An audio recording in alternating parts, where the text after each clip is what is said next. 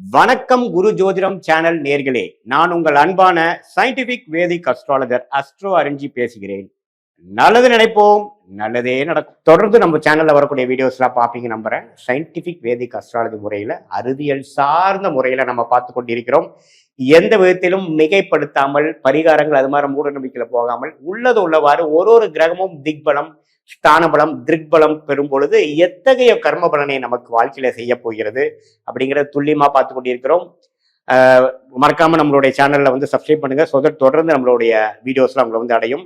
இப்ப பாத்தீங்கன்னா, இந்த வீடியோல சிம்ம லக்னம், சிம்ம ராசியில பிறந்தவங்களாக இருந்தீர்களா, உங்களுக்கு கர்ம வினைகள் எப்படி செயல்பட போகிறது, எந்தெந்த கிரகம் எந்தெந்த கர்மாவை கொடுக்கக்கூடிய ஒரு கிரகமாக வருகிறார் என்பதை நம்ம டீட்டெயிலா பார்க்க போறோம். சூரியன்கிற கிரகம் தான் மிகவும் முக்கியமான கிரகமாக சிம்ம லக்ன சிம்ம ராசிக்காரர்களாக உங்களுக்கு முக்கியம். ஏன்னா அவர் தான் ராசி அதிபதியாகவும் லக்னாதிபதியாகவும் வருகிறார். அவர் 10ஆம் இடத்துல திக்பலம் பெறும் பொழுதும் 9ஆம் இடத்துல உச்சம் பெறும் பொழுதும் ஜாதகர் வலு பெறுகிறார். அதே கொஞ்சம் குரு பார்வை, சுக்கிரனை அஸ்தங்க பண்றது, சுப கிரகம் பௌர்ணமி அன்னைக்கு பிறந்த ஒரு அமைப்புல இருக்கும் பொழுது உன்னமே ஜாதகர் ஒரு மேன்மையான வாழ்க்கை வாழ்வதற்காக தான் இந்த பிறவி பிறந்திருக்கிறாருங்கிறத நீங்க புரிந்து கொள்ள வேண்டும். ஆனா சூரியன் ஒரு அமாவாசை டைம்ல, அமாவாசை சந்திரனோட சேர்ந்து சனியோட சேர்ந்து இருள் தன்மை பெறும் பொழுது ஜாதகர் கொஞ்சம் டிஸ்டர்ப் ஆவார். அவருடைய கேரக்டர், அவருடைய ஓவரால் அமைப்புகள் அவ்வளவு சரியில்லாமல் போய் வாழ்க்கையில கொஞ்சம் அப்ஸ் அண்ட் டவுன்ஸ் இருக்கக்கூடிய அமைப்பு வந்துருதுங்கிறது பார்க்கணும். அது எது மாதிரி அப்ஸ் எது மாதிரி அப்புங்கிறது நம்ம டீட்டெயிலா போகும்பொழுது நம்ம தெரிஞ்சுக்கலாம். அதே சமயத்துல சூரியன் 3ஆம் இடத்துல நீச்சம் ஆகும் பொழுதும், லக்னாதிபதி ராசி அதிபதி நீச்சம் ஆகும் பொழுது கொஞ்சம் பிரச்சனைக்குள்ளாகிறார். சோ எப்பவுமே ஓரளவுக்கு ஸ்ட்ராங் திருக்பலம், ஸ்தான பலம் பெறும் பொழுது நல்ல அமைப்பும், நீச்ச பலம் சனி அப்படிங்கிற பாவ கிரகத்தின் இருள் கிரகத்தோட சேரும் பொழுது, அதே சமயத்துல நிஷ்பலம் 10ஆம் இடத்துல போகும்பொழுது திக்பலமும் 4ஆம் இடத்துல நிஷ்பலமும் பெறும் பொழுது கொஞ்சம் டிஸ்டர்ப் ஆவார். குறிப்பா சூரிய திசைங்கிறது கொஞ்சம் அந்த டிஸ்டர்பன்ஸ் கொடுக்கக்கூடிய ஒரு காலகட்டமாக வந்துவிடும். அடுத்தபடியாக மிக முக்கியமான கிரகம் சிம்ம லக்னம் சிம்ம ராசிக்காரருக்கு யார் என்று பார்த்தால் செவ்வாய் தான் ராஜயோக அதிபதியாக வருகிறார். அடுத்தபடியாக குரு வருகிறார். சோ குருவும் செவ்வாயும் சூரியன் என்று சொல்லப்படுகிற ராசி அதிபதி லக்னாதிபதிக்கு மிகப்பெரிய நண்பராகவும் மிக முக்கியமான கிரகமாக வருகிறார். செவ்வாய் திசை குரு திசையெல்லாம் வருமாயின் சிம்ம லக்ன சிம்ம ராசிக்காரர்கள் வாழ்க்கையில வெற்றி பெற்று நல்ல ஒரு வாழ்க்கை, நல்ல ஒரு வெற்றி, குழந்தை, குடும்பம், தொழில், வேலை, பினான்சியல் குரோத் எல்லாத்தையும் பெறக்கூடிய அமைப்புகள் இருக்குன்னு தெரிஞ்சுக்கலாம். அதே குரு செவ்வாய் சனி ராகுவோட சேர்ந்து ஒரு அப்ளிக்ஷன் என்று சொல்லப்படுகிற பாவத்துவம் பெறும் பொழுது நான் சொன்ன பலன்கள் சற்று குறையும், சில விஷயங்கள் பாதகமாக வரும், சில பிரச்சனைகள் வரக்கூடிய அமைப்பு இருக்குங்கிறத நீங்க தெரிந்து கொள்ள வேண்டும்.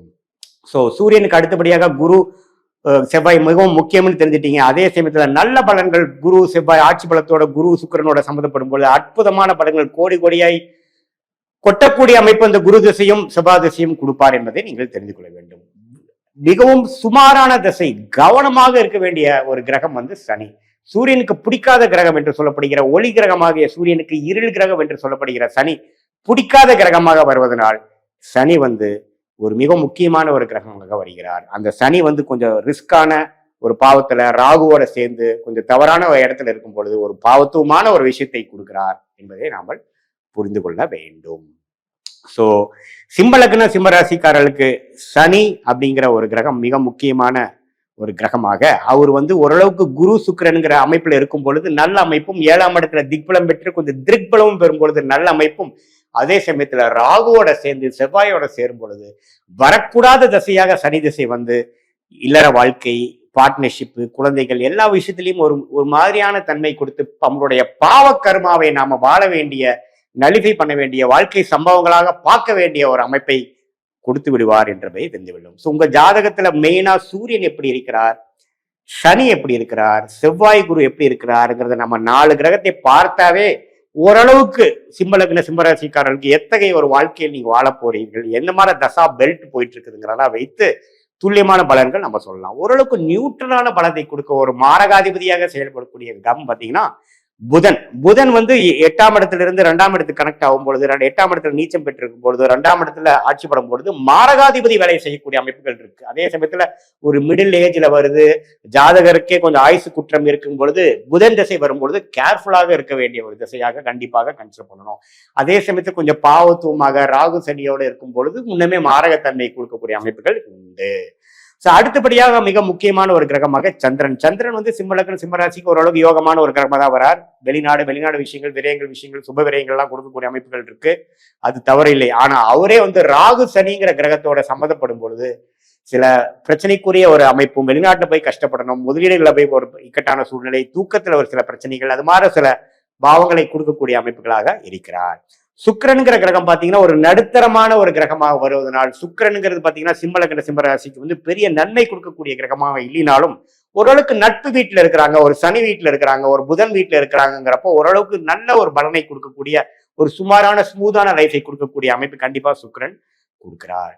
சோ மத்தபடி பாத்தீங்கன்னா ஓரளவுக்கு நம்ம எல்லா கிரகமும் எப்படி இருக்குன்னு பார்த்துட்டோம். இதுல மெயினான விஷயம் பாத்தீங்கன்னா ராகு கேது. ராகு கேதுங்கிற கிரகம் பாத்தீங்கன்னா கர்ம வினைகளை கொடுக்கக்கூடிய கிரகமா இருப்பதனால் சனி செவ்வாய்ங்கிற பாவ கிரகத்தின் தாக்கம் இருக்கக்கூடிய ராகு கேது வந்து ஒரு பாவத்துவமான பாவகர்மாவை கொடுக்கக்கூடிய ஒரு கிரகமாகவும், குரு சுக்கிரன் பௌர்ணமி சந்திரன் கொடுக்கக்கூடிய ஒரு பார்வையை அந்த தாக்கம் இருக்கும் பொழுது சுபத்துவம் பெற்ற ஒரு திக்பலம் பெற்ற ராகு கேது நல்ல கர்மாவை வாழ்க்கையில கொஞ்சம் ஜம்முன்னு வாழக்கூடிய ஓரளவுக்கு ஒளி பொருந்திய அமைப்பு இருப்பதனால கொஞ்சம் வாழ்க்கையில கஷ்டப்படாமல் கொஞ்சம் வருமானம், குடும்பம், குழந்தைகள் எல்லாம் ஓரளவுக்கு மேன்மை பெறக்கூடிய அமைப்புகள் இருக்கு. இதுல மெயினா பார்க்க வேணும்னா என்னன்னா செவ்வாய் ராகு குரு தசைகள் பெல்ட் ஒரு முக்கியமான ஒரு 25 வயசுல இருந்து ஒரு 55-60 வயசு வரக்கூடிய ஜாதகருக்கு இந்த பெல்ட் யாருக்கு வருதோ அவங்க மிகவும் நன்றான ஒரு வாழ்க்கையும், சனி புதன் கேது சுக்கிரன் பெல்ட்ல வர்றது வந்து ஒரு சுமாரான கர்ம வினைகளை அனுபவிக்கக்கூடிய ஒரு வாழ்க்கையும் சிம்ம லக்னம் சிம்ம ராசிக்காரர்களுக்கு கொடுத்து விடுவார் என்பதை நீங்கள் சற்று புரிந்து கொள்ள வேண்டும்.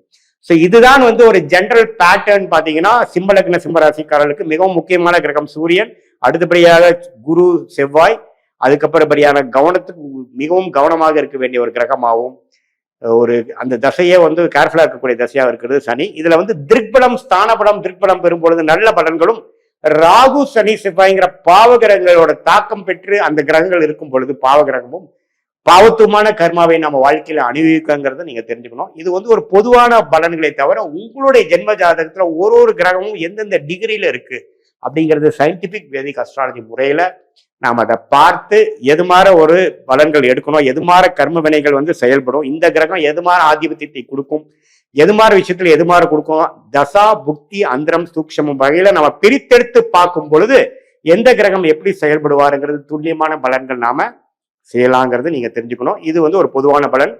சயின்டிபிக் வேதிக் அஸ்ட்ராலஜி மூலமா துல்லியமாக பார்த்துக் கொள்ளலாங்கிறது நீங்க தெரிஞ்சுக்கலாம். மீண்டும் மற்றொரு காணொலியில் சந்திப்போம். நன்றி, வணக்கம்.